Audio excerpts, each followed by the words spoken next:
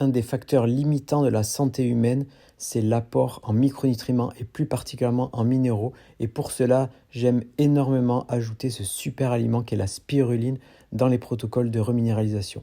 Aujourd'hui, j'ai rencontré un producteur de spiruline et ce qu'il a à nous dire est vraiment très intéressant. Alors, je te laisse écouter ça attentivement. Salut Laurent, je suis vraiment super content d'avoir fait ta connaissance hier. On a beaucoup échangé sur ta passion. Donc tu es producteur de spiruline en Aquitaine et plus précisément dans le Béarn, près d'Orthès. Est-ce que tu peux nous expliquer un peu comment tu produis ta spiruline et quelle est la différence entre une spiruline artisanale et une spiruline industrielle, même bio? Ok, bonjour Ben, merci. Enchanté aussi d'avoir fait ta connaissance hier. Oui, on est sur la commune d'Argagnon. On a repris Spiruline d'Aquitaine il y a 5 ans. C'est une exploitation qui existe depuis 2009 et on produit une spiruline paysanne française. C'est un gage de qualité si on peut les comparer aux spirulines d'importation qui sont produites de manière industrielle. Nous, on fait des très petites quantités. Les bassins sont sous dessert tunnel qui assurent une protection au niveau de tout ce qui peut être présent dans l'atmosphère, notamment des polluants atmosphériques, tous les insectes aussi qui pourraient tomber dans les bassins. Donc en travaillant sous serre, on évite, on protège. Voilà. Ok, du coup, c'est vrai que moi j'avais l'habitude de consommer une spiruline bio, mais bon marché. Et en fait, je me rends compte qu'elle vient souvent de Chine, de l'étranger. Et tu m'as expliqué hier, et j'ai assez halluciné des conditions de culture de ces spirulines. Tout à fait. Il faut savoir que 80% des spirulines que vous allez trouver en France, c'est de l'importation qui vient très souvent de Chine et qui sont produites dans des conditions pas du tout adaptées à la spiruline. Voilà, c'est des hectares de bassins à ciel ouvert, donc pour le coup soumis aux pollutions atmosphériques, avec des eaux chinoises polluées, donc potentiellement chargées de métaux lourds. Il faut savoir que la spiruline, c'est une éponge. Tout ce qu'elle va trouver dans son milieu de vie, elle va l'absorber. Donc si elle trouve des métaux lourds, malheureusement, elle va les absorber. Faut savoir que par le biais du régime d'équivalence, il n'y a aucun contrôle et aucun cahier des charges demandé aux producteurs chinois pour importer des spirulines sur le marché français. Et, même en bio. Même si un label bio, c'est pas même avec des labels bio. Okay. Le bio en spiruline, c'est un sujet aussi très important. Notre spiruline n'est pas labellisée bio. Malgré qu'on la cultive à 90% avec des nutriments qui sont acceptés en bio, il y a un nutriment qui pose problème, c'est l'apport en azote. Si nous on voulait une certification bio, on serait obligé d'utiliser un engrais brésilien qui s'appelle le Ferticel, qui est un engrais organique et qui est fabriqué à base de résidus de soja OGM. Et donc nous on a fait le choix éthique et écologique de ne pas utiliser cet intrant et de se passer de ce label bio pour ne pas participer indirectement à la déforestation de la forêt amazonienne, aux brimades des peuples autochtones brésiliens, voilà, de l'Amazonie.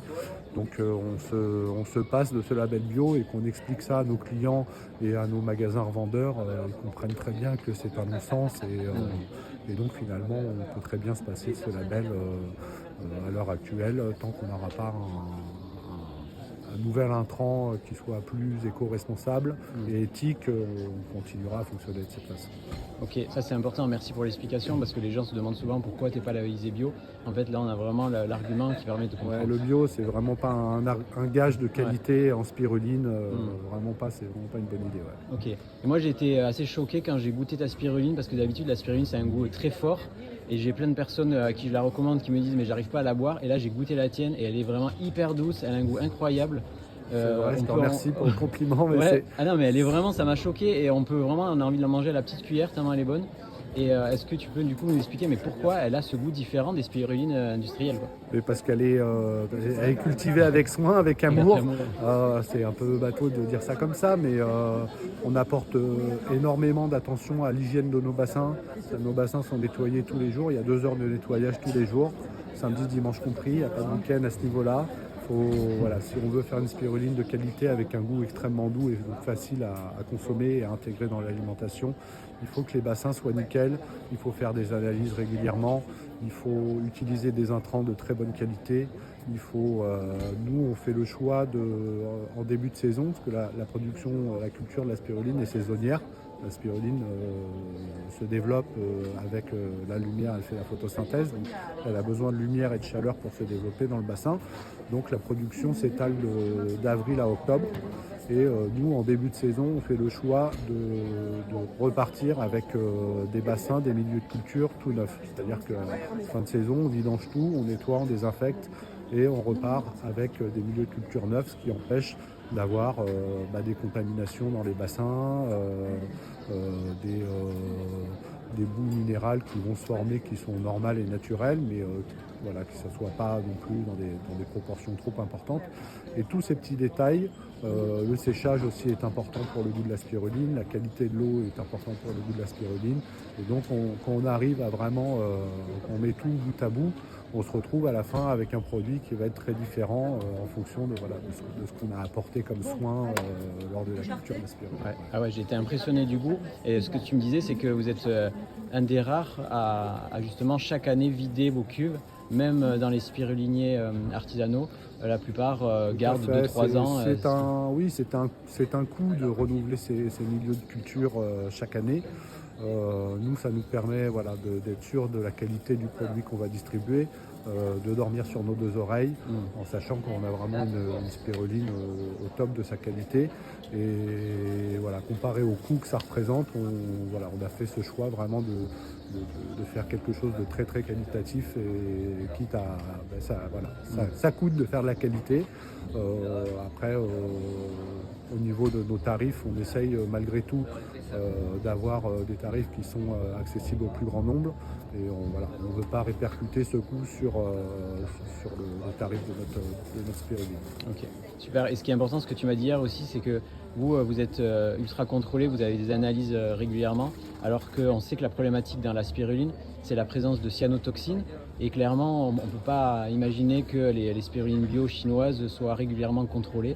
Et donc, il y a un vrai risque de contamination. Et toi, au moins, tu sais, tu vérifies régulièrement par des analyses qu'elle est vraiment nickel et pure et exempte de ces polluants. Et de ces Tout à toxines. fait, oui. Par le biais de la fédération, on a édité un guide des bonnes pratiques d'hygiène dans lequel on se doit de réaliser tout un tas d'analyses différentes. Ça va de l'AW, donc c'est l'Activity Water, c'est par rapport au séchage de la spiruline. La spiruline doit être suffisamment sèche, mais pas trop non plus. Donc il y a vraiment des taux à respecter au niveau du séchage, c'est très important pour la conservation. On fait des analyses bactériologiques, donc plusieurs fois dans la saison, c'est 4 minimum dans la saison. Donc en gros une par mois. Donc là on va vérifier qu'on n'a pas de présence de listeria, de salmonelle, d'Escherichia coli aussi. On fait des analyses métaux lourds, on fait des analyses d'iode, on fait des analyses Alors, cyanotoxines aussi. cyanotoxines, Oui, tout à fait, microcystines, tout à fait. Les microcystines sont des toxines. Okay. Oui. Savoir que une contamination est toujours possible dans les bassins. Donc on surveille aussi au microscope régulièrement. On fait des prélèvements quotidiens dans nos bassins pour vérifier le bon équilibre physico-chimique de nos bassins. Vérifier qu'il n'y ait pas de contamination. Et ça, malheureusement, les spirulines d'importation ne sont pas soumis à ce genre c'est même pas des contraintes, puisque c'est pour s'assurer qu'on travaille bien et qu'on distribue une spiruline exempte de toute contamination. Malheureusement, on ne joue pas à jeu égal avec les spirulines d'importation, où là c'est simplement déclaratif, et ça arrive sur le marché européen sans contrôle, et on ne va pas voir sur place comment c'est produit, quels intrants sont utilisés, comment sont séchées les spirulines. Savoir que les spirulines industrielles sont séchées dans des grandes tours de 30 mètres chauffées à 300 degrés. Et en fin de compte, c'est flashé à haute température. Ça retombe en bas de la tour en poudre, et c'est effectivement chargé au tractopelle, comme tu évoquais tout à l'heure. Au final, on se rend bien compte qu'on n'a pas du tout le même produit à l'arrivée. La spiruline qui a été exposée à 300 degrés en termes de vitamines, pour les naturopathes, c'est à toi que je veux de l'apprendre. À 300 degrés, les vitamines, il ne reste plus grand-chose. On déshydrate à 40 degrés à basse température. pour vraiment s'assurer voilà, que l'intégralité des vitamines de notre spiruline soit présente et active. Ok, super, parfait, merci beaucoup. Et du coup, tu m'as vraiment convaincu. Et maintenant, où est-ce qu'on peut acheter ta spiruline? Là, tu la vends ici, mais les gens qui sont Alors en nous, France... on est dans le sud-ouest, donc on a une quarantaine de points revendeurs. On peut retrouver la liste sur notre site internet. Et pour les gens qui seraient un petit peu plus éloignés, on a une boutique en ligne et on envoie un petit peu partout en France. Et même... On essaye, on privilégie le commerce local, mais voilà, on a des clients un petit peu partout en France qui sont venus nous visiter et qui restent fidèles parce qu'ils ont trouvé une spiruline qui leur convient. Et donc voilà, Je on continue confirme. à pouvoir commander à distance. Nous, on envoie en colissimo. Les frais de port sont offerts à partir de 120 € pour les gens qui veulent des quantités plus importantes. Et puis après, vous êtes les bienvenus à la ferme. Si vous êtes dans le coin ou de passage pour venir visiter l'exploitation, les portes sont toujours ouvertes. On n'a rien à cacher, au contraire, on a tout à montrer, tout à expliquer.